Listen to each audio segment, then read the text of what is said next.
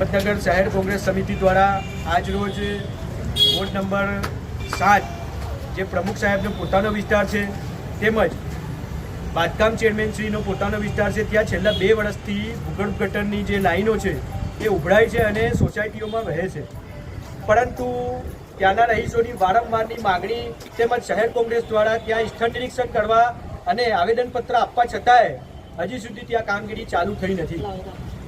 જ્યાં નાગરિકો અને નગરજનો જ્યારે ગંદકીમાં ત્રસ્ત હોય ત્યારે પદાધિકારી અને અધિકારીઓ પોતે પોતાની એફ્યુસીમાં મસ્ત છે.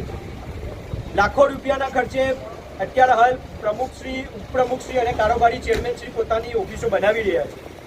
વારંવારની રજૂઆતો અને માગણી કરવા છતાં હજુ સુધી કોઈ પણ પ્રકારની કાર્યવાહી કરવામાં આવી નથી. અમારી શહેર કોંગ્રેસની સ્પષ્ટપણે માગણી છે કે જે આ ઉમા એજન્સીની જે 10 લાખ અને 20,000 રૂપિયાની જે ગવર્મેન્ટ સિક્યુરિટી કે જેને આપણે યસ બેંકની બેંક સિક્યુરિટી કહીએ છીએ એ ખોટી સાબિત થઈ એવું ચીફ ઓફિસરશ્રીએ આજે આવેદનપત્ર આપતા સ્વીકાર્યું છે. પરંતુ એના ઉપર હજી સુધી એને બ્લેકલિસ્ટ કરવામાં નથી આવી તેમજ એના ઉપર કોઈપણ પ્રકારની ફરિયાદ દાખલ કરવામાં નથી આવી. તો ચોક્કસથી ભારતીય જનતા પાર્ટીના જે શાસકો છે એમની મિલીભગત આના અંદર સ્પષ્ટપણે દેખાઈ આવે છે અને એજન્સીને બચાવવાની આ જે આખી પદ્ધતિ છે એમાં ચીફ ઓફિસર શ્રી પણ પોતે સામેલ હોય એવું આજના તબક્કે દેખાઈ આવે છે. શહેર કોંગ્રેસ સમિતિ અને વિપક્ષ દ્વારા સમયાંતરે હિંમતનગર શહેરના જાહેર હિતના વિવિધ મુદ્દાઓ ઉઠાવવામાં આવે છે.